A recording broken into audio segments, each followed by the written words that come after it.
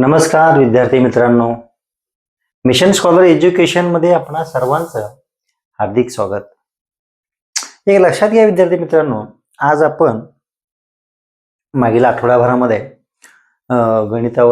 गणित या विषयावर आधारित विविध प्रश्नांचा सराव केलेला आहे.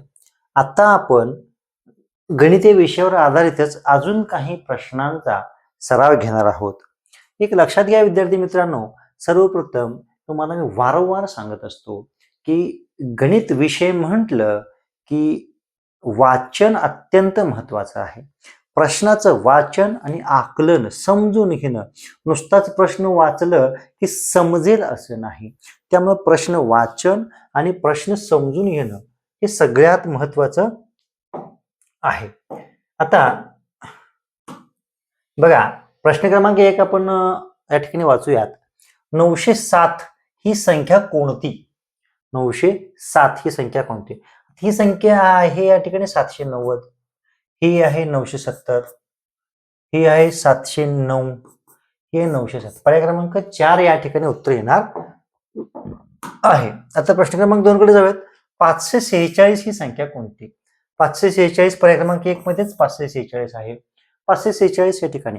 आता हा प्रश्न सोडवत असताना सर्वप्रथम आता अगदीच ज्यांना स्थान तक्ता माहित नाही अशांसाठी थोडा वेळ देतो. 546 एकक, दशक, शतक. तुम्ही लक्षात घ्या, तुमच्या पाठ्यपुस्तकामध्ये इयत्ता 4थीला फक्त दशलक्ष पर्यंत स्थान तक्ता आहे, पण तुम्ही लक्षात ठेवताना अब्ज पर्यंतचा स्थान तक्ता लक्षात ठेवा. अब्ज पर्यंतच्या स्थान तक्त्यावर प्रश्न येणार नाही ते मलाही माहित आहे, पण पाठ करताना एकक, दशक, शतक, हजार, 10,000, लक्ष, दशलक्ष, कोटी, दशकोटी, अब्ज झालं स्थान तक्ता. आता इथे स्थान तक्ता मानून घेतलं 500 आणि दशक एक म्हणून 46. 546. ठीक आहे, ओके. आता पुढचं 18 द अधिक 2 शतक म्हणजे 2 शतक म्हणजे 200 म्हणजे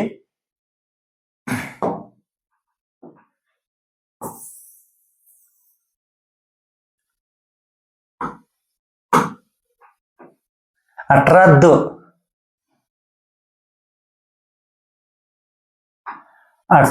द अधिक 2 श म्हणजे शतक. 18 द एक दशक. आता 18 द म्हणजे दशक. दशक मध्ये किती शून्य असतात? एक शून्य असतं, म्हणजे 18 दशक. 180 अधिक किती म्हणजे 2 श म्हणजे शतक. शतक मध्ये किती शून्य असतात? 2 शून्य असतात, म्हणून 200 म्हणजे 2 जसे तसं आणि शतक मधल्या 2 शून्य फक्त तिकडे लिहिल्या. ठीक आहे, 200. मग आता सोपं काम आहे. 180 मध्ये किती मिळवलं म्हणजे 200. असे काही विद्यार्थी सांगू शकतात की 200 मध्ये 20 मिळवले की 200.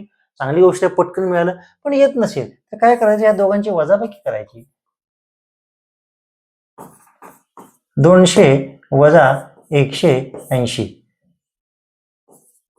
ठीक आहे, 0 मध्ये 0 गेले, 0 राहिले, 2 मध्ये गेला, 1 राहिला, 10 मधून 8 गेले, 2, 1 मध्ये गेले 0. 20 या ठिकाणी पर्याय क्रमांक 20. बघा, 20 आहे, पण 20 दशक दिले. 20 दशक म्हणजे दशकच्या पुढे दशक म्हणजे 0, 200 झालं, कट. 2 एकक कट, 2 दशक, 2 आणि दशक 0, 20. या ठिकाणी पर्याय क्रमांक 2 हे उत्तर येणार आहे. त्यानंतर बघा, किती शतक म्हणजे 1 सहस्त्र. ठीक आहे, लक्ष द्या, सहस्त्र. किती शतक? शतक 1 शतक म्हणजे 100. आता सहस्त्र म्हणजे किती रे? 1000. 1 सहस्त्र म्हणजे 1000. म्हणजे सहस्त्रलाच समानार्थी शब्द 1000 आहे. काय आहे? 1000 आहे. सहस्त्रलाच समानार्थी शब्द 1000 आहे. त्यामुळं इथे 1000. आता 1 सहस्त्र म्हणजे 1000. 1000. आता किती शतक? 1000 मध्ये किती शतक असतात? 100 शतक म्हणजे 100. 100 आणि 100 200. 100 100 100 100 100 100 10 वेळा 100 200 300 400 500 700 700 800 900 1000 म्हणजे 1000. या ठिकाणी एका सहस्त्रामध्ये 100 किती? तर 10 शतक. आता हेच दुसऱ्या पद्धतीने कसं सोडवायचं बघा. एका हजारामध्ये 100 किती, म्हणजे 1000ला 100ने भागायचं. शून्य गेला, शून्य गेला, शून्य गेला, शून्य गेला, 10/1 म्हणजेच 10. 10 शतक. 10 शतक किती, किती शतक म्हणजे 1 सहस्त्र. 10 शतक म्हणजे 1 सहस्त्र या ठिकाणी येणार आहे. ठीक आहे. आता पुढच्या प्रश्नाकडे जाऊयात. घनाला किती पृष्ठभाग असतात. आता घन कसं असतो. आता घनाचा अगदीच आकृती मला जैसे ते येणार नाही, पण तरी मी प्रयत्न करतो.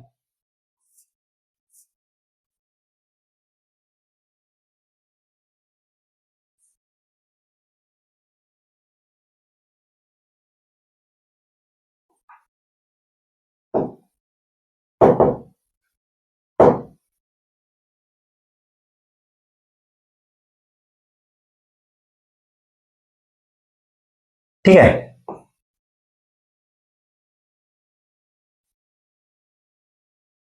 घनाला पृष्ठभाग किती.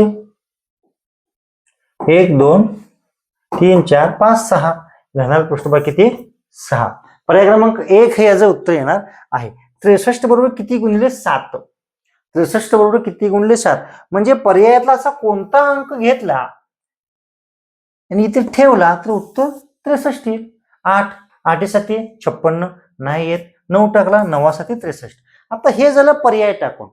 पर्याय न टाकता कसं शोधायचं. इथं 63 बरोबर टिंब टिंब गुणिले 7 आहे, गुणिले 7 आहे. इथे 63 भागिले 7 करा, म्हणजे गुणिले 7 आहे इकडे जाताना 63 भागिले 7 करा. 7 9 63. उत्तर या ठिकाणी 9 आलेलं आहे. म्हणून पर्याय क्रमांक 2 येणार आहे. ठीक आहे.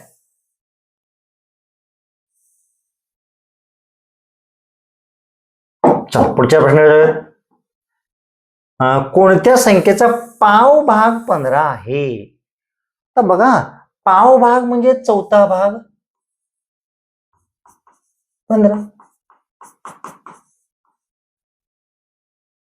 म्हणजे असे 15 4 भाग मिळवले किती संख्या तयार होणार आहे.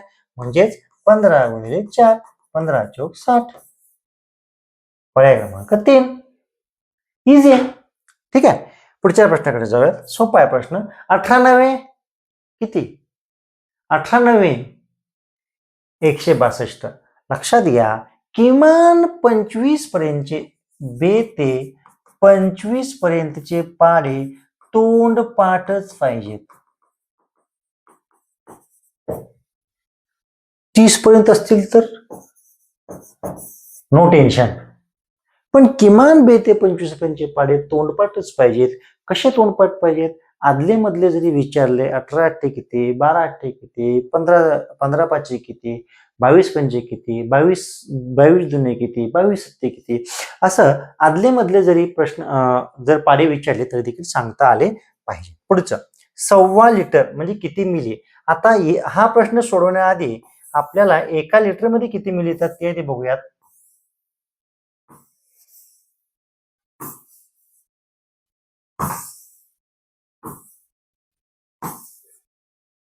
ठीक आहे. 1 लिटर